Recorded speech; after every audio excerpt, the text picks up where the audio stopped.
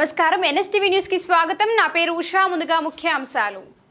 కడప జిల్లా రాజంపేటలోని ఆకిపాటి భవన్ నందు YSRCP MLA Akipati Amarnath Reddy media సమావేశం నిర్వహించారు.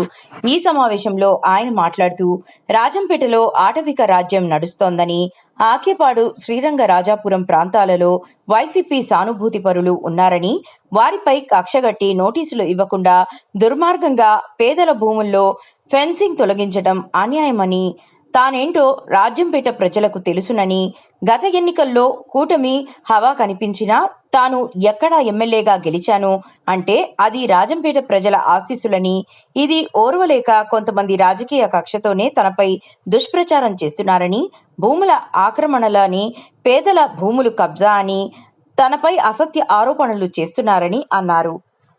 వారికి ఎమ్మెల్యేకి ఉండాలి ఇంత ప్రశాంతంగా కాన్ఫరెన్స్. ఎందుకంటే ఎప్పుడు కూడా నేను అన్ని నియోజకవర్గాల మాదిరి కాకుండా ఏదో ఎన్నికల వరకే రాజకీయం, ఎన్నికల తర్వాత ఏ పార్టీ అనేది కూడా చూసేది లేదు. ఎవరైనా కూడా అందరికీ కూడా అందుబాటులో ఉంది, అందరికీ పలికే విధంగా జరుగుతూ ఉంది. కావున వాళ్ళందరి మన్ననలతోనే రాష్ట్రంలో అంతా కూడా వైఎస్ఆర్ కాంగ్రెస్ పార్టీకి ఎదురుగాలి వీసిన రాజంపేటలో నేను దాదాపు 7,000 మెజార్టీతో నేను గెలవడం జరిగింది.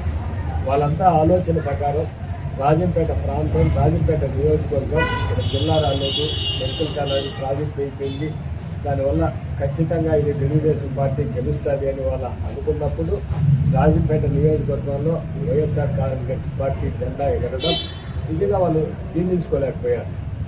దాదాపు మళ్ళా వాళ్ళు ఒక కొట్టని మొదలుపెట్టారు. ఎన్నికలైన తర్వాతనే కొట్టని మొదలుపెట్టి ఏదో మనం అన్ని ఎస్టేట్లో మనం అక్రమంగా మనం ఇల్లు కట్టామని అది చేసినామని.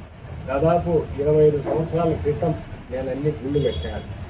సాయిబాబా గుడి కావచ్చు, వెంకటేశ్వర స్వామి గుడి కావచ్చు, రావుల గుడి కావచ్చు, అన్ని గుళ్ళు, ఆంజనేయ స్వామి గుళ్ళు కావచ్చు. అక్కడి నుంచి 23 సంవత్సరాలకి నేను పాదయాత్ర పోతున్నా. ఈ గుర్తుకి కాదు, లాస్ట్కు వాళ్ళు అన్నప్పుడు అది కోర్టులో కూడా మనకు అనుకూలంగా ఆ రోజు వాళ్ళు జడ్జి గారు కూడా చెప్పడం జరిగింది. 20 సంవత్సరాలు చాలంటే మీ ప్రభుత్వాలు ఉమ్మడి రాష్ట్రంలో కూడా 2 సార్లు ప్రభుత్వాలు, ఈ ప్రభుత్వాలు ఉన్నాయి, ప్రభుత్వాలు అన్నీ మారినాయి, అలాంటిది ఇది మంచి పద్ధతి కాదని ఆ రోజుల్లో ఇది చేయడం జరిగింది. తర్వాత మళ్ళా కొద్ది రోజుల తర్వాత ఏదో ఒకటి మాట్లాడుతూ మళ్ళా నిజంగా కూడా వాళ్ళు ఇంకా కొత్తది మొదలు పెట్టడం జరిగింది. నిజంగా ఎందుకంటే రైతాంగం అంతా కూడా మా ఆకేపాడు ప్రాంతంలో దాదాపు శ్రీరంగరాజపాలెం దగ్గర ఆ రోజుల్లో మాకు 40 ఎకరాలు భూమి ఉండింది. ఆవులన్నీ నెల్లూరు అన్ని ఆవులు, ఇక్కడ ఆవులు, మా ఆవులు పెంచేదానికి మామూలుగా కంచెల మాదిరి ఉండేది. అంత తప్పక వాటికి కూడా అన్ని పత్రాలు కూడా అన్నీ ఉన్నాయి. ఏదైనా ఒక ప్రభుత్వ అధికారులు కానీ వాళ్ళు వచ్చినప్పుడు ఏమయ్యా ఒకటి నోటీస్ ఇవ్వడమో ఏంటో అడగడమో వాళ్ళ దొంగల మాదిరి. ఎందుకంటే ఆ గ్రామంలో నేను జన్మించా కాబట్టి ఆ గ్రామం పైన ఒక కక్షపూరితంగా, ఎందుకంటే ఆ గ్రామం పూర్తిగా వైఎస్ఆర్ కాంగ్రెస్ పార్టీకి ఆ గ్రామాలు అనుకూలమైన గ్రామాలని కక్షపూరితంగా దాదాపు 50-60 మంది పోలీసుతో రెవెన్యూ సిబ్బంది ఆదివారం వచ్చి వాళ్ళు దుర్మార్గంగా నాకు చాలామంది ఫోన్ చేయడం జరిగింది. ఫోన్ చేసినప్పుడు నేను అది ఒకటే చెప్పిన, ఏమన్నా చేసుకొని పని వాళ్ళేం భూములు ఎత్తుకొని పోలేదు కదా, ఎప్పుడైనా మీ భూములు మీకుంటాయి, ఏడిగిపోతాయి అనే ఆలోచనతో నిజంగా పాప ఆమె మధ్యనే శ్రీనివాస్ రెడ్డి అందరూ తెలిసే ఉంటాడు. అత్త కూడా పాపం చనిపోయినాడు. శ్రీనివాస్ రెడ్డి ఎప్పటి నుంచో వాళ్ళు వ్యవసాయం చేస్తున్నారు. ఇంకొక అబ్బాయి రాఘవాన్, ఇంకొక అబ్బాయి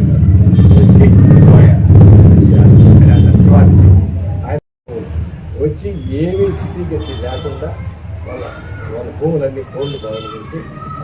చాలా దుర్మార్గమైన చర్య. కానీ నేను వాళ్ళకు కూడా ఒకటే చెప్పిన, ఇప్పుడు వచ్చి చేస్తానంటే మీకేం ఇబ్బంది లేదు, మీ భూములు ఆనే ఉంటాయి, ఆడికి పోవాలి, మీ భూములు పోయే పరిస్థితి లేదు, ముందు మీ భూములు ఎలా ఉన్నాయో అలా చేయించే బాధ్యత మాది అని కరాఖండిగా కూడా చెప్పడం జరిగింది. ఒకరోజు రాస్తారు, ఓ రోజు ఈనాడు పేపర్లో బ్యానర్ రాస్తారు. ఇక్కడ టీటీడీ కళ్యాణ మండపం శాంక్షన్ చేయించి టీటీడీ కళ్యాణం కడితే అది ఓ రోజు అక్రమ కట్టడం అని వేస్తారు. ఏదో ఒకటి వాళ్ళు మొన్న మధ్య కాలంలో ఇంకొక రాయడం జరిగింది. ఏమని ఏదో నేను ఎన్నికల అఫిడవిట్లో మా భార్య పెట్టండి భూమి ఏదో కనపరచలేదు, అది ఒక రోజు బ్యాన్ అయిపోయింది.